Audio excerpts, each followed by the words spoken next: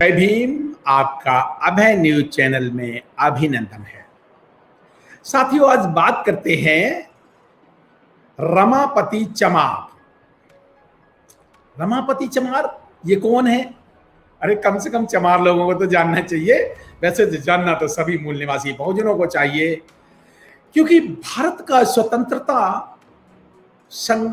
स्वतंत्रता संग्राम का जब भी इतिहास लिखा जाएगा और जब भी बताया जाता है, और उस इतिहास को तब तक कंप्लीट नहीं माना जा सकता यदि चौरी चौरा कांड का जिक्र ना हो।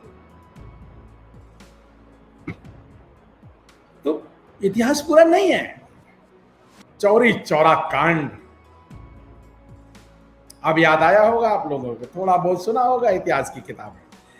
साथियों, चौरी चौरा कांड के जाने बगैर भारत का स्वतंत्रता संग्राम का इतिहास पूरा नहीं होता।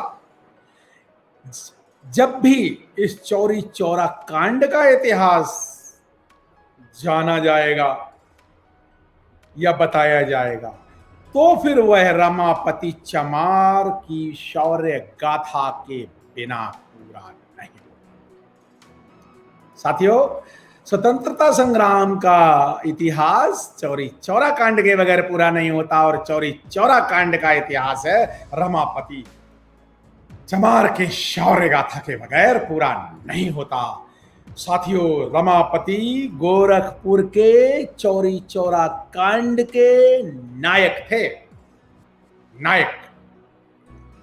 तो फरवरी 1922 को चौरी चौरा के थाने में वहां के थानेदार भगवान दास ने एक दुकानदार को बहुत बुरी तरह से पीटा, अपमान किया। शूद्रों को वैसे ही अपमान करते रहते थे, और इस विरोध में वहां का बाजार, पूरा स्थानीय लोकल मार्केट बंद रहा चौरी चौरा का। अच्छा, ये जो बाजार कौन था चौरी चौरा? साथियों, इसमें चमड़े का व्यापार होता था, और चमड़े से बनी वस्तुओं का व्यापार होता था। ये चमार लोगों का था। साथियों, तो उन पे अत्याचार पुलिस वाले करते रहते थे। जब थानेदार भगवान दास नाम के थानेदार ने, चौरी चौरा के थानेदार ने जब बदमाशी की, अत्याचार किया, तो रमापति चमार के नेतृत्व में 5000 दलितों ने, 5000 बहुजनों ने, दलितों नहीं बहुजनों ने नेतृत्व में भीड़ प्रदर्शन किया। थाने की ओर भीड़ बढ़ने लगी तो उत्तेजित भीड़ ने पुलिस पे पत्थर फेंक दिए।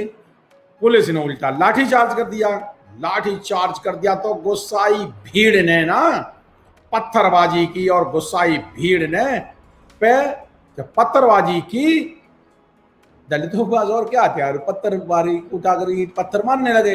पत्थरबाजी की तो उसमें गुस्साई भीड़ ने जब पत्थरबाजी की तो पुलिस ने भीड़ पे गोली चला दी। साथियों, जब गोली चला दी तो भीड़ पे गोली चला दो, तो भीड़ थी 5000 से ज्यादा लोगों की भीड़। रमापति चमार के नेतृत्व में लोग हो गए उत्तेजित इस गोली चलाने से। अच्छा, गोली चलाओगे? रमापति की ललकार दी रमापति ने, इस अत्याचारी को पकड़ो। पूरी भीड़ ने थाने को घेर लिया। घेर करके उसमें पूरे बार से माचिस लगा दी, आग लगा दी।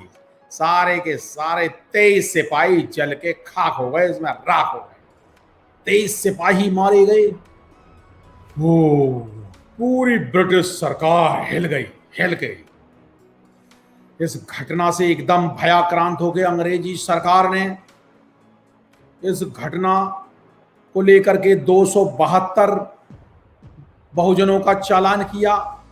228 पर बहुजनों पर सेशन कोर्ट में अभियोग लगाया गया, और उसके बाद निचली अदालत ने 172 बहुजनों पे, चमारों पे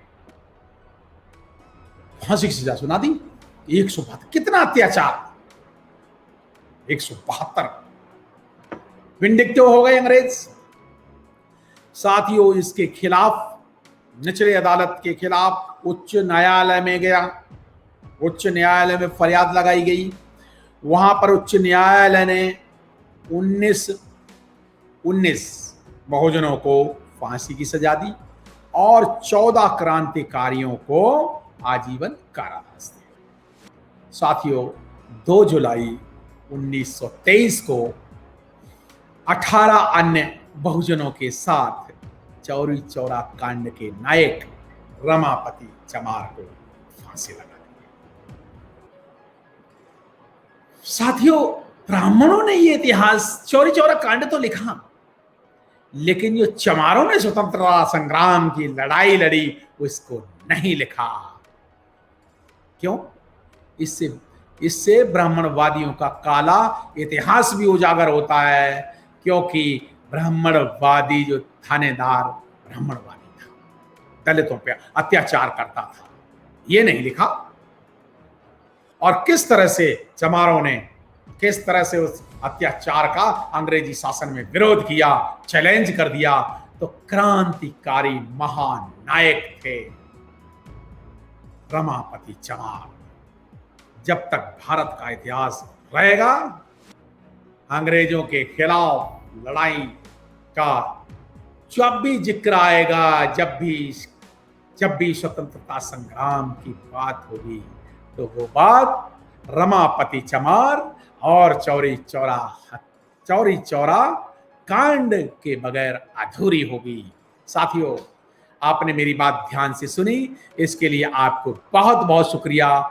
और आप कम से कम 10 चमारों को तो ये बात बता दो भाई कि हमारे जो चमार शासक जाति के जो बहुजन लोग हैं कितने वीर हुए हैं, क्रांति के अकारी हुए हैं। हमारे पुरखे महार 1818 की क्रांति करते हैं और 1922 में गोरखपुर जिले में चौरी चौरा में रमापति चमार क्रांति करते हैं।